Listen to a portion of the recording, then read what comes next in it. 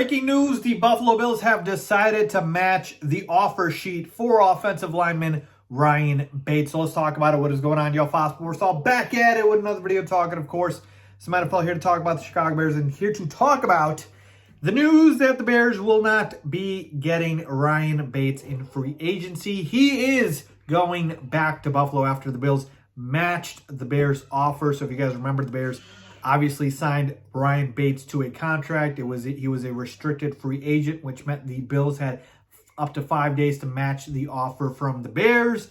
And it looks like they're going to do so. So I'll tell you right off the bat, I'm a little surprised by that because I really thought the Bills were gonna let him go. I thought they were struggling a little bit for cap space, and Ryan Bates is I wouldn't say he's a locked starter or a straight up backup. It's somewhere in between, right? And so how much do you value a guy like that? And the Bears had front loaded the offer, so I thought it was going to be difficult for the Bills to match. But lo and behold, they decide they want to keep Bates, and so the Bears will not be getting him.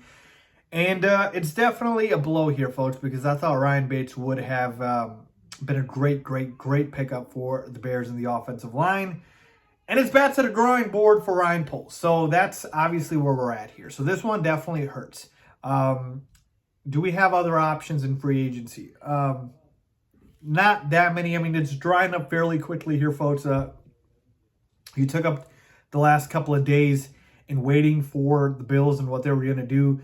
But honestly, folks, it's frustrating because Ryan Poles has the right idea in mind, but the execution just hasn't been there, right? With Larry Ogunjobi, you sign him, and then he fails his physical, so you obviously have to void the contract. Ryan Bates, you sign him, but the Bills match the offer. So it's a combination of bad luck and bad timing, right? So it sucks, but you got to move on, and you got to, find a way to replace him. And trust me, if Ryan Poles did not have a plan B in mind when he made the signing, then that's on him, because you knew that this was a possibility that the Bills were going to match. So now you got to go to plan B. So what is plan B? Again, remains to be seen, but not a lot of talent left in free agency at this point. I mean, we're pretty much talking about the scraps that are left in free agency as far as the offensive line. I know there's a couple of options out there, but the most of the major talent has been gone.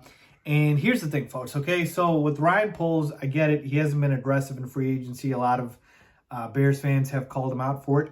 And I want to say this, okay? I think two things can be true.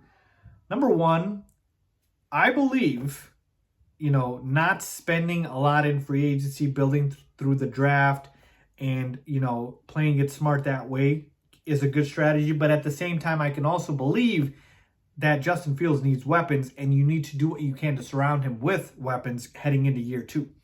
Both of those two things can be true. And so even though I get it, Ryan Poles is trying to be smart about it, he needs to understand that if he does not get more talent around Fields, we're just talking the offense, right? With receivers and with the offensive line, then he is not doing everything in his power to set up Justin Fields to succeed.